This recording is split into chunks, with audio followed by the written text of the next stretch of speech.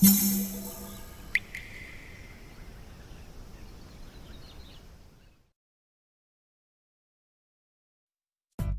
うも、底辺アクアリスト黄昏です。皆さん、結構前に立ち上げた成果石をふんだんに使った山岳レイアウト水槽の言葉を覚えていますでしょうか？もう忘れちゃったよって人は概要欄に再生リストの URL を貼っておきますので、ぜひそちらも見てやってください。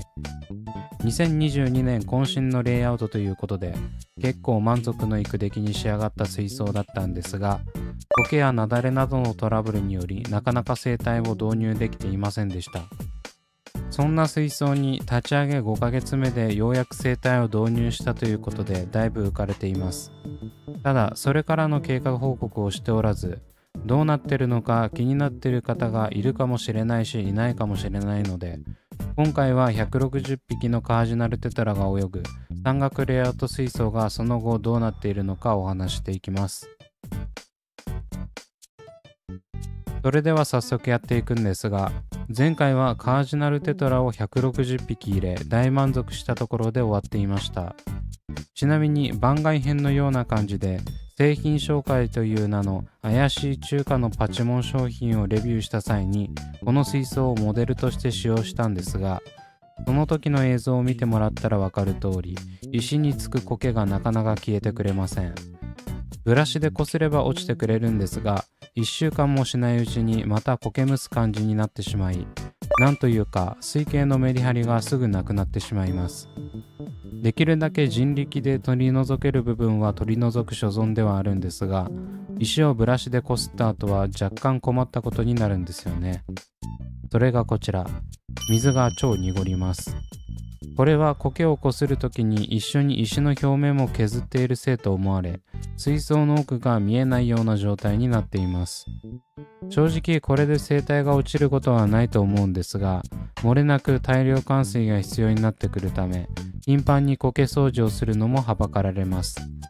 一応その後はしっかり水替えを行って対処しているんですが、ほぼほぼ全換水みたいな感じになってるので、水質の影響やバクテリアのバランスが気になるんですよね。今のところ問題はありませんが、やはり濁らないに越したことはありません。ちなみに水替えを頑張るとこんな風に濁っていた水槽がピカピカになります。やはり水槽は水が透き通っている方がいいですね。よく見てみるとまだ濁ってるんですが、そこら辺は水替えしたばかりなので許してください。肝心の苔むしていた石はこの通り、本来のグレーの色が取り戻されています。ビフォーはこんな感じで、ニューラージパールグラスと同化してるんですよね。さすがにこうなってくると色のメリハリもないですし、そもそもどこからどこまでが石なのかわからなくなるので、せっかくのレイアウトが台無しです。これくらい綺麗だと迫力も出ますし、一気に清涼感が生まれます。これだけ石を大量に使い、なおかつ生態も多いから苔が生えてしまうのは仕方ないことですが、どうにかしたいですよね。ちなみにこの水槽全体を見てみるとこんな感じ。うちのカージナルテトラは2年選手が多いため、一匹一匹の存在感がすごいんですよね。160匹と以前の350匹入れていた草原レイアウトに比べれば可愛いもんですが、遊泳スペースが狭くなったのとカージナルがでかくなったことで軽く200匹くらいいるように感じちゃいます。それにしても緑の絨毯にはカージナルテトラが生えますね。この綺麗さは価格以上の価値があります。というわけで苔掃除をして2週間が経過した状態がこちら。だいぶ苔むしてきましたね。先ほどの綺麗なグレーの色はどこへ行ったのやら、どんどんと色が褪せていっています。この時は2週間経過しているので、それくらいになるだろうなって感じなんですけど、すでに1週間後ぐらいにはこんなんなってますからね。一応大和沼エビを入れているんですが、数も少ないので効果は薄いようです。肝心のニューラージパールグラスの方を見てみると、だいぶ新芽は出てきているんですが、全体的に苔が生え出しています。なんかところどころ黒っぽいというか、正直何の苔かよくわからないやつが結構な範囲に生えてるんですよね。ただ2度のキュプラミン投与でズタボロになりつつ、不屈の精神でここまで回復してくれたのは素直に感謝です。これがキューバパールグラスだったらどうなってたかはわかりませんが、やはりニューラージパールグラスも相当な生命力を持っているようです。続いてそこから1週間後の状態がこちら。なんか全体的に鮮やかさがなくなってますね。水槽内を見渡してみるとこんな感じで、石はくすむを通り越してまた緑色になりつつあります。やはり光がたくさん当たるところが一番に苔がつくようで、割と目立つところばかり苔まみれです。そしてニューラージパールグラスはというと、あまり状態がよろしくありません。新芽を展開して持ち直しているかと思いきや、先ほどお見せした黒っぽい苔に侵食されつつあります。なんかこの苔、ふわっとしてるんで糸状の苔かなんかと思っているんですが、このように弱ったニューラージパールグラスに重点的に絡みついています。このニューラージパールグラスの状態も場所によって全然変わってきます。結構ヤバめなのは水槽上部などの光がよく当たるところで、めちゃくちゃ綺麗に安定しているのはこの左手前の洞窟部分のニューラージパールぐらいです。ここだけ未だに青々としたニューラージパールグラスが生えており、他に比べてこちらは全然大丈夫そうです。そしてそれから10日後、なかなか悲しい状態になっております。それがこちら。遠目で見るとよくわからないんですが、一番注目してほしいのはニューラージパールグラスの色です。先ほどもそこまでみずみずしい緑色ではなかったんですが、さらに色がどんよりくすんでいます。なんというか黒っぽい緑みたいな感じで、アルシヒの爽やかな山岳レイアウトとはかけ離れている感じです。石の方もなんとなく緑色の苔はこの程度で済んでいますが、バッチリ全体に苔がついており、成果石というよりは粉山石のような風合いになっております。近くで観察してみるとこんな感じで、相変わらず左手前は土留めが甘いところからソイル流出が起きています。これずっといたちごっこで取ったそばからなだれていきます。おそらくこの雪崩現象はこの水槽を管理している限りずっと必要になってくるのではないでしょうか。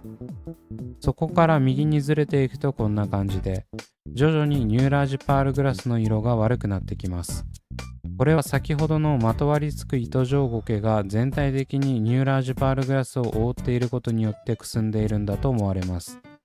なぜかウィローモスの残骸までありますね。